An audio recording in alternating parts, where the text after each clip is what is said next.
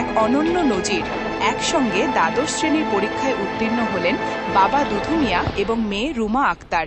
TBSC বোর্ডের ফল প্রকাশের পর খুশির হাওয়া পরিবার জুড়ে। শুধু পাশই নয়, এবার বাবা মেয়ে একসঙ্গে কলেজে পড়ার স্বপ্ন দেখছেন। কেমন লাগছে?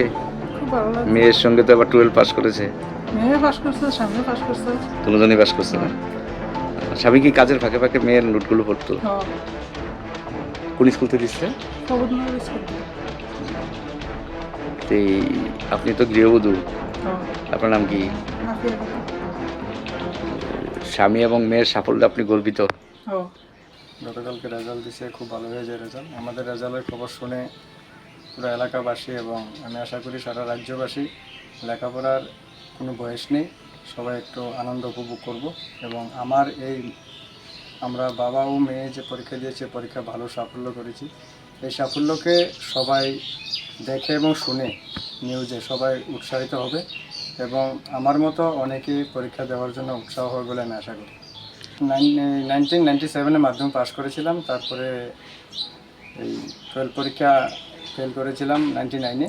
এরপর থেকে টিউশনি করেছিলাম দীর্ঘ 12 বছরের মতো। তারপরে আর্থিক অবস্থা দুর্বলের কারণে আর অনেক কিছুই আমি আগাইতে পারিনি, পড়াশোনা বাদ দিয়েছি। তারপরে চাকরি পেয়েছি 2014 সালের জানুয়ারি মাসে 10,323-এর আন্ডার গ্রাজুয়েট পদে। তারপরে 2020 সালে মার্চ মাসে চাকরি চলে যায়। তো জানি না, এটা একটা দুঃখের বিষয়, কেন যে চাকরিটা চলে গেল। চাকরিটা চলে গেছে শুনেছি, কিন্তু কোনো কাগজপত্র আমরা পাই না।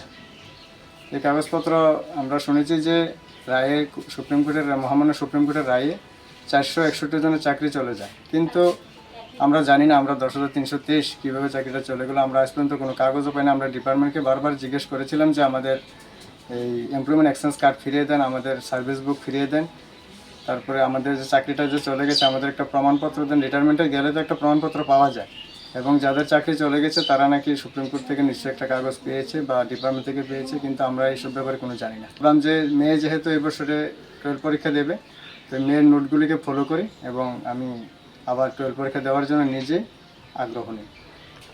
আপনি কত পার্সেন্ট পেয়েছেন? আমি পেয়েছি 42.5%, আপনার এবং মেয়ে পেয়েছে 50%। এবার কোন স্কুল থেকে দিয়েছিলেন? প্রমোদনগর হায়ার সেকেন্ডারি স্কুল থেকে। এটা কোন আইএস এর অধীন? এটা জম্পেজলা আইএস।